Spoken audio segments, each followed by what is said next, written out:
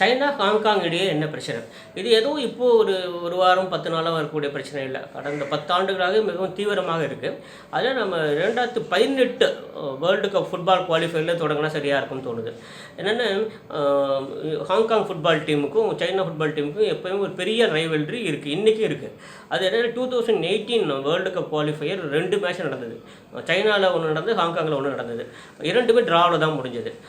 அப்போ என்ன ஆச்சுன்னா, இந்த சைனாவில் போய் அவங்க விளையாடுறதுக்கு முன்னால் சைனீஸ் ஃபுட்பால் அசோசியேஷன் ஒரு பேனர் ஒன்று போட்டாங்க. என்னென்னா அவங்க வந்து PRC, people republic of China, அந்த அணிக்கு ஹைஃபன் எதிர யார் விளையாட போகிறாங்க அப்படின்னா ஹாங்காங் ஹைஃபன் சைனா அப்படின்னு போட்டாங்க. இந்த அணியோட பேர் அவங்க போடும்போது ஹாங்காங் ஹைஃபன் சைனா போட்டாங்க.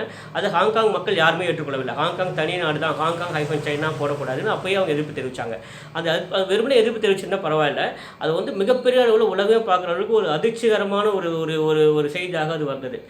என்னென்னா, இந்த ஃபுட்பால் மேட்ச் ஆரம்பிக்கிறதுக்கு முன்னால் இந்த சைனீஸ் ஃபுட்பால் அசோசியேஷன் மேனேஜர் வந்து கேள்வியே கேட்டார். அது எப்படி சைனாவும் ஹாங்காங்கும் விளையாட முடியும், எதிர்த்து விளையாட முடியும் அப்படின்னு கேட்டார்.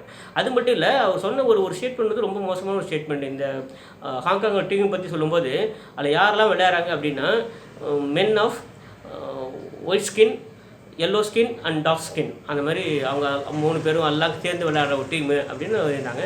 அதையே வந்து ஒரு ரேசிசமாக தான் பார்க்கப்பட்டது. ஆனாலும் பெரிய அளவில் ஒரு கண்டன கூட இப்போ வரல. ஆச்சரியமாக இருந்தது ஏன் வரல அப்படின்னு. ஆனால் என்ன ஆச்சுன்னா, இந்த குவாலிஃபைங் மேட்ச் தொடங்க போகுது. அப்போது சைனாவோட தேசிய கீதம் இசைக்கிறாங்க. அப்போ ஹாங்காங்லேருந்து வந்திருந்த அந்த ஃபுட்பால் ஃபேன்ஸ் எல்லாருமே திரும்பி உக்காந்துட்டாங்க. அப்போது அந்த சைனாவோட தேசிய கீதத்துக்கு எதிராக பயங்கரமாக கிண்டல் பண்ணிகிட்டே இருந்தாங்க. அது மட்டும் இல்லை, ஹாங்காங் இஸ் நாட் சைனா அப்படின்னு பேனர்லாம் காமிச்சாங்க. அப்போ தான் உலக நாடுகளுக்கு அது மிகப்பெரிய செய்தி போய் சேர்ந்தது. ஆனால் அதுக்கு முன்னதாக 2 பெரிய போராட்டங்கள் அங்கே நடந்தன. அதில் முதல் போராட்டம் என்னால் கூட அதிகமாக நானே கூட ஃபுல்லாக கவனிக்கலை, செய்திகள் மட்டும் பார்த்தேன். ஆனால் 2வது போராட்டம் வரும்போது எழுத ஆரம்பித்தேன், கட்டுரை எழுதிட்டேன். என்ன அப்படின்னா, 2011 அதுக்கான போராட்டம் வெடித்து விட்டது. இந்த போராட்டம் 2011, அப்புறம் 2014 போராட்டம், அப்புறம் 2017 நவம்பர் 2018 அந்த வேர்ல்டு கப் குவாலிஃபையிங் மேட்ச்சில் நடந்தது. இதெல்லாம் பற்றி பார்க்கறதுக்கு முன்னால் ஏன் இந்த பிரச்சனை வந்து எப்படி இந்த பிரச்சனை உருவாச்சு அப்படிங்கிறது கொஞ்சம் சுருக்கமாகவே பார்த்துடலாம். என்ன அப்படின்னா, ஒரிஜினலாக ஹாங்காங் அப்படிங்கிறது அந்த சவுத் சைனா சீல இந்த போல் ரிவர் கிட்ட இருக்குது. இது வந்து என்ன ஆச்சுன்னா, இஃப் ஐம் ரைட் வந்து அந்த 200 BC அப்போது வந்து கின் டைனாஸ்டி தான் இந்த ஹாங்காங்கு சைனாவுடன் சேர்த்துக்கொள்கிறது. அதுக்கு முன்னால் இல்லை, அது வந்து சேர்த்துக்குது. ஆனால் அஃப்கோர்ஸ் அது 2000 ஆண்டுகள் ஆக போகுது. அப்போ சேர்த்துட்டாங்க.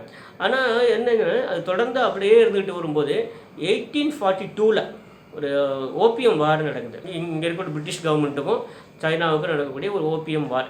அது என்னென்னா, இந்த இந்தியாவிலேருந்து நிறைய ஓபியம் பிரிட்டிஷ் கவர்மெண்ட் கொண்டு போய் அங்கே விற்றுட்டு இருந்தது. ஏன்னா அப்போ வந்து சைனீஸ் பீப்புள் அதை அவங்களோட மெடிசினல் பர்பஸஸ்க்காக யூஸ் பண்ணிகிட்டு இருந்தாங்க. ஸோ அவங்களோட மருத்துவத்தில் ஓபியம் மிக முக்கியமான ஒரு பங்கு வைத்து கொண்டு இருந்தது. நமக்கு எப்படி இங்கே வந்து இந்த வேப்பிலைங்கிறது எவ்வளோ முக்கியமாக இருந்ததோ நம்மளுடைய மருத்துவத்தில், சித்த மருத்துவத்தில், அதேமாதிரி அவங்களுக்கு இந்த ஓபியம் மிக முக்கியமானதாக இருந்தது. அதுக்காக வாங்க ஆரம்பித்தாங்க. ஆனால் படிப்படியாக அது என்னாச்சு, ஓபியமோட நுகர்வு அங்கே அதிகமாகிடுச்சு. அப்போது அங்கே இருக்கக்கூடிய அரசாங்கம் அதை தடுக்கணும்னு பார்த்துச்சு. இது வந்து மக்கள் போதைக்கு அடிமையாக வேண்டாம் அப்படின்னு எல்லாம் பார்த்துச்சு. அதில் வந்து அவங்க அந்த ஓபியம் தடுக்கணும் பார்த்தாங்க, பிரிட்டிஷ் கவர்மெண்ட் விற்கணும் பார்த்தாங்க. 2 பேருக்குள்ள வந்த தகராறு தான் ஓபியம் வார். 2 ஓபியம் வார் நடந்தது. 1837, 38 வாக்கில் முதல் ஒன்று நடந்தது, அப்புறம் 1860 ஒன்று நடந்தது. ஸோ அதில் அந்த ஓபியம் வாரில் சீன அரசாங்கம் தோற்று போகுது. அப்போ இருந்த சீன மன்னராட்சி பிரிட்டிஷ் கவர்மெண்ட்கிட்ட தோற்று போகுது. அப்போ 1842 இந்த ஹாங்காங்கை பிரிட்டிஷ் கவர்மெண்ட்டுக்கு கொடுக்குறாங்க. சரிங்களா? அப்புறம் 2வது 1860 மீண்டும் ஒரு ஓபியம் வருது. அப்போ இன்னும் கொஞ்சம் கொடுக்குறாங்க.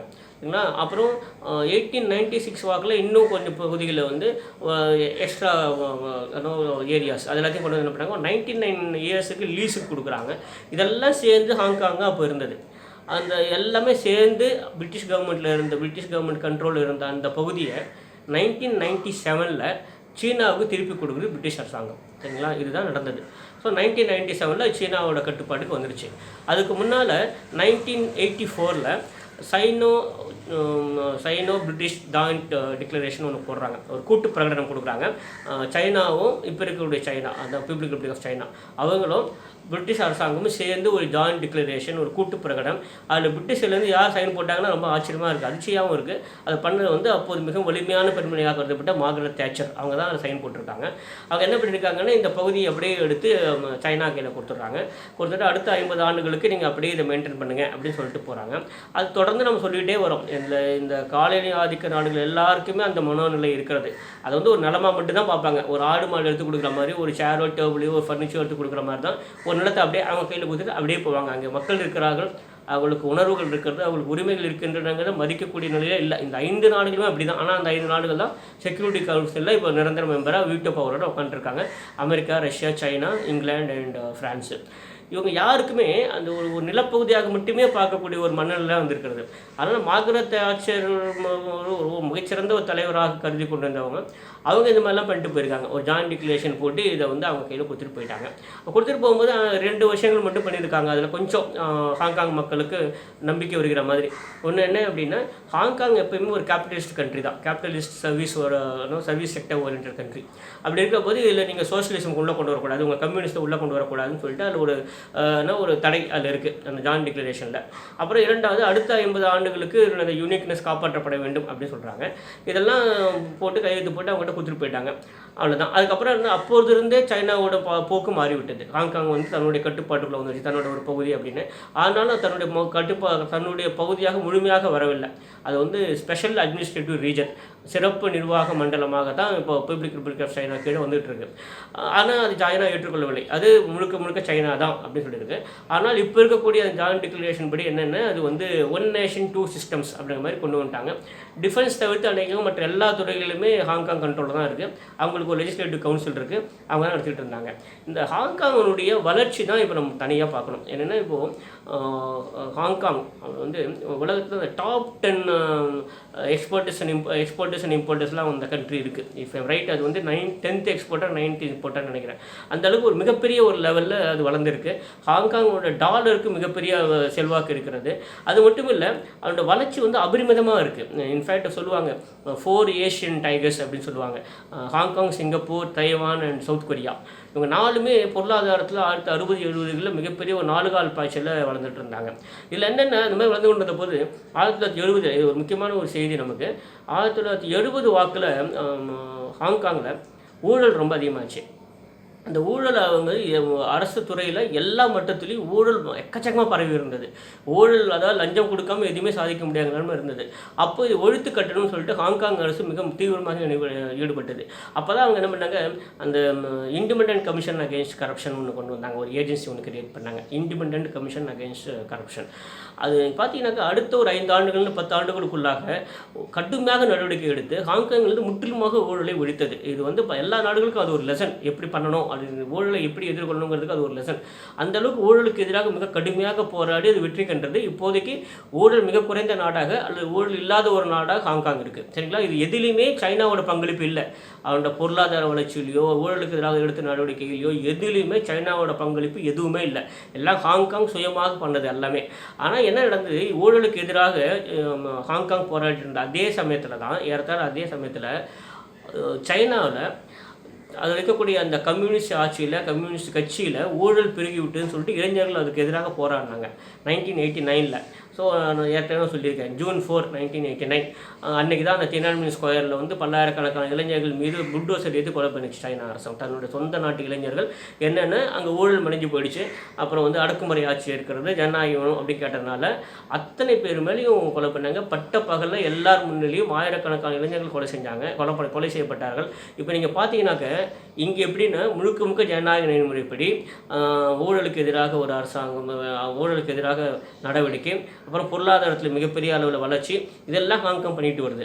இந்த பக்கம் நீங்கள் பார்த்தீங்கன்னாக்கா ஒரு அடக்குமுறை, ஜனநாயக நெறிமுறைகள் நசுக்கப்படுவது, அப்புறம் கம்யூனிஸ்ட் கட்சிக்குள்ளே இருக்கக்கூடிய ஊழலாம் வெளியே சொல்லக்கூடாதுன்னு சொல்லிட்டு அதுக்காக ஒரு பெரிய ஒரு பகிர்ந்த பிரயத்தனம் பண்ணது.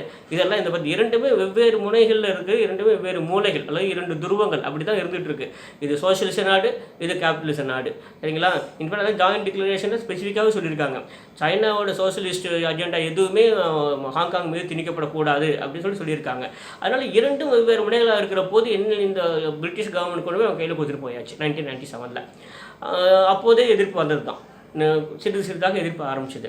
ஆனால் 2011 முதல் முறையாக மிகப்பெரிய அளவில் எதிர்ப்பு வந்தது. அப்போ என்னென்னா ஒரு ஒரு கல்ச்சுரல் எஜுகேஷன் ஒன்று கொண்டு வராங்க, cultural national education if am correct, அது கொண்டு வராங்க. சைனா வந்து ஹாங்காங் மீது திணிக்கிறது. இந்த பேர் தான் கல்ச்சுரல் எஜுகேஷன், அப்படிலாம் யாரும் நினச்சிக்காதீங்க, அவங்களோட கல்ச்சரே வேறு. அவங்க என்ன சொல்லிட்டாங்கன்னா, இந்த ஒற்றை ஆட்சி, அதுவும் இந்த கம்யூனிஸ்ட் ஆட்சி மாதிரி உலகத்தில் எதுவுமே கிடையாது, இவங்க தான் பிரமாதமாக, அவங்களுக்கு அவங்களே சொல்லிட்டாங்க, இது வந்து ரொம்ப செல்ஃப்லெஸ் ஆர்கனைசேஷன் அப்படிலாம் சொல்லிட்டு ரொம்ப பிரமாதமாக அவங்கள பற்றி அதில் பாடத்தில் வந்தது, கல்வி திட்டத்தில். அப்புறம் சைனாவை பற்றிய கம்பல்சரியாக ஒரு பாடம் இருந்தாகணும், மேண்டேட்டரியாக இருந்தாகணும் எல்லா இடத்துலையும். சைனா அரசாங்கத்தை பற்றியும் சைனாவை பற்றியும் அவங்கள வந்து உள்ளே கொண்டு வந்தாங்க. இது எதுவுமே அவங்க ஏற்றுக்கொள்ளவில்லை. அதில் ரொம்ப காமெடியான ஒரு விஷயம் என்ன அப்படின்னா, அவங்க சொல்லியிருக்காங்க அந்த பாடத்தில், அமெரிக்காவில் வந்து 2 பார்ட்டி சிஸ்டம் இருக்குது, டெமோக்ராட்டிக் பார்ட்டி அண்ட் ரிப்பப்ளிகன் பார்ட்டின்னு இருக்குது. அவங்களுக்குள்ள அந்த ரைவல்ரி இருக்கிறதுனால தான் அமெரிக்கா முன்னேற முடியாமல் போயிடுச்சு. ஆனால் நம்மகிட்ட ஒற்றை ஆட்சி இருக்குது, ரொம்ப நல்லதுங்கிற மாதிரி அப்படியே கம்யூனிசத்தை தூக்கி பிடிக்கிற எல்லா விஷயங்களும் அது வந்தது. இதே ஹாங்காங் மக்கள் ஏற்றுக்கொள்ளவே இல்லை, எங்களுக்கு இது வேண்டாம் அப்படின்னு சொன்னாங்க. ஆனால் ஏற்றுக்கொள்ளவில்லைங்கிறது மட்டுமே இல்லை, இங்கே தான் நமக்கு ஒரு பெரிய ஒரு பாடம் அங்கே தான் கிடச்சிது. என்ன அப்படின்னா, ஸ்கூல் ஸ்டூடெண்ட்ஸ் எல்லாம் சேர்ந்து ஒரு மூவ்மெண்ட் ஆரம்பிக்கிறாங்க, அது பேர் ஸ்காலரிசம். முடிஞ்சால் அப்படி தேடி பாருங்கள், உங்களுக்கு அதோட விவரங்கள்லாம் கிடைக்கும்.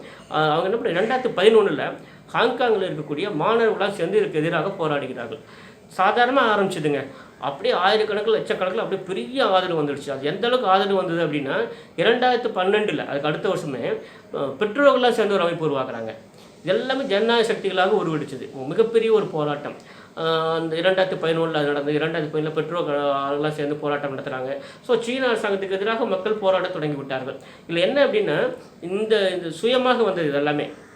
அதுக்கப்புறம் தான் 2017 இன்னொன்று வருது, அம்ப்ரெல்லா மூவ்மெண்ட். அதுக்கு வரதுக்கு முன்னால் சொல்கிறேன், இந்த 2017 இந்த ஸ்டூடெண்ட் மூவ்மெண்ட்டாக நடந்துகிட்டு இருந்தபோது, இந்த ஸ்டூடெண்ட்ஸோட லீடர் அமெரிக்காவில் போயிட்டு ஜோ பைடனை மீட் பண்ணுறாங்க. சரிங்களா, அவங்களுக்கு ஆதரவு கேட்டு.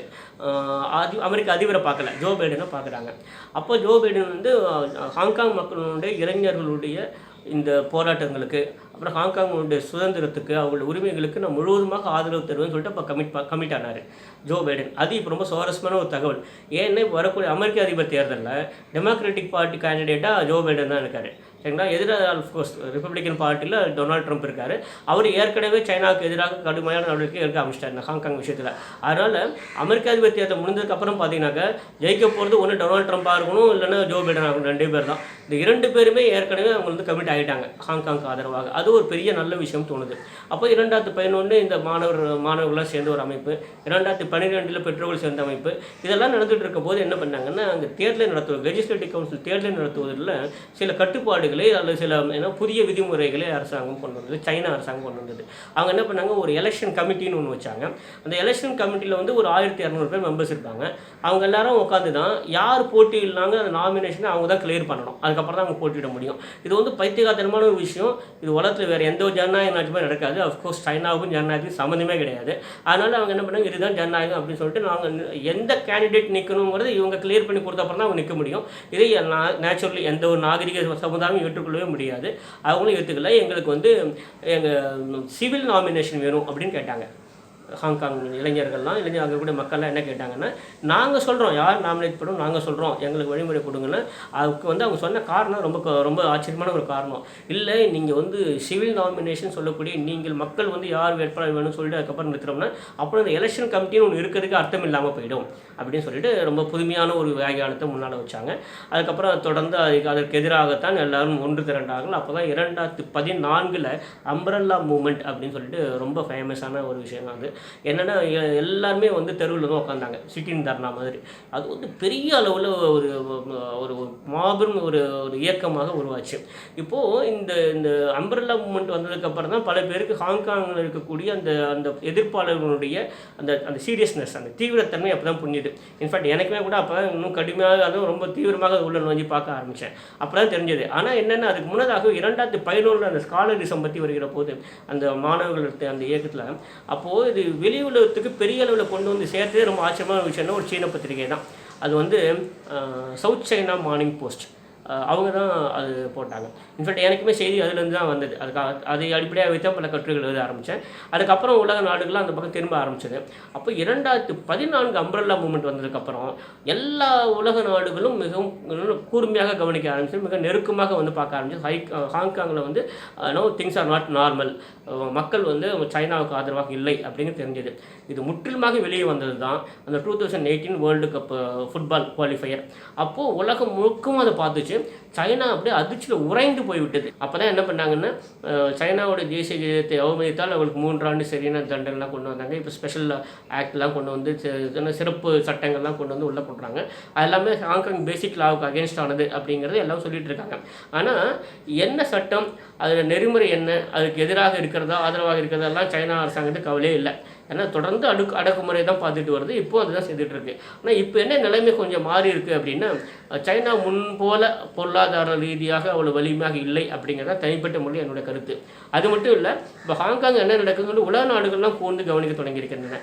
இல்லை என்ன அப்படின்னா, அமெரிக்கா ஏற்கனவே சொல்லிடுச்சு என்னென்னா, ஹாங்காங்க்கு எதிரான இந்த சீன நடவடிக்கைக்கு நாங்கள் ஆதரவு தர மாட்டோம், அதனால் நாங்கள் வந்து பொருளாதார எக்கனாமிக் சாங்ஷன்ஸ் கொண்டு வருவோம், பொருளாதார தடைகளை கொண்டு வருவோம், அவங்களுக்கு ஒத்துழைப்பு தர மாட்டோம் அப்படிலாம் சொல்லிச்சு. நீங்கள் என்ன வேணால் பண்ணிக்கிங்க அப்படின்னு சொல்லி சைனாவில் நேற்று பதில் சொல்லிட்டாங்க. இருந்தாலும் அது அப்படி இருக்க போகிறதில்ல. என்ன அப்படின்னா, அதுலேருந்து பல்வேறு மல்டிநேஷனல் கம்பெனிஸ் ஹாங்காங் விட்டு வெளியே வர ஆரம்பிக்கலாம். அப்புறம் அமெரிக்கா உள்ளிட்ட அமெரிக்காவும் மேலை நாடுகளும் அங்கேருந்து வெளியே வர தொடங்கலாம். இதெல்லாம் ஹாங்காங்க்கு பொருளாதார ரீதியாக ஒரு பெரிய பின்னடைவு.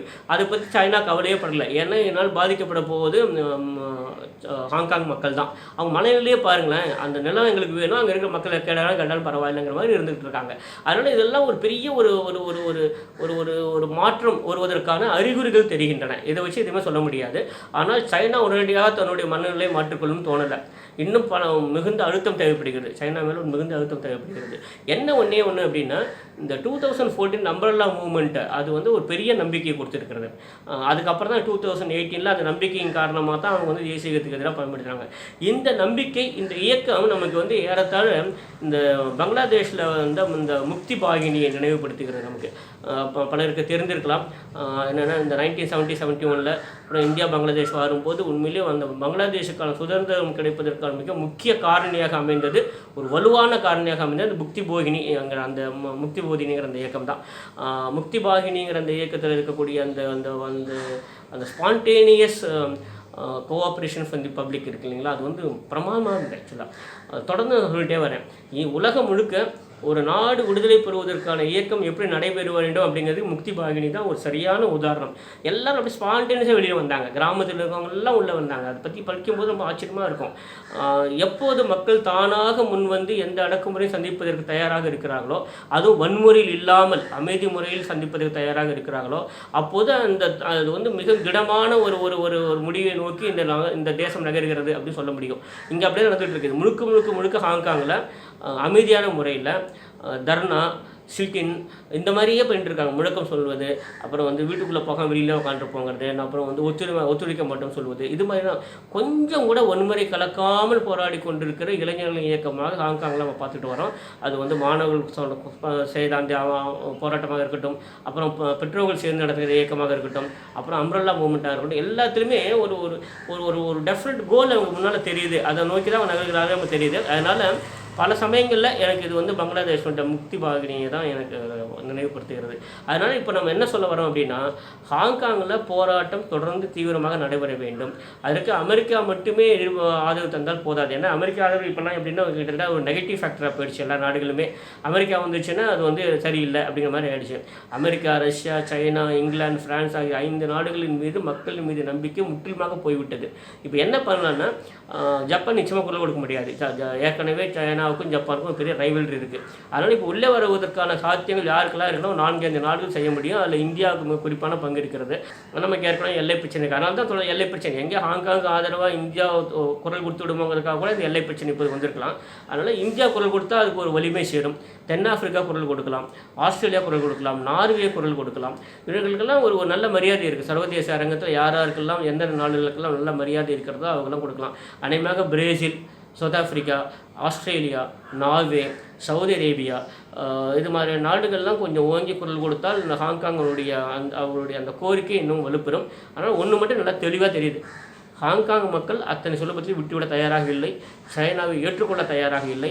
அடக்குமுறையின் மூலம் மட்டுமே ஏறத்தாழ 1 கோடி மக்களை தன் கட்டுப்பாட்டில் கொண்டு வந்து விட முடியும்னு சொல்லிட்டு முட்டாள்தனமாக நம்பிக்கொண்டிருக்கிறது சைனா.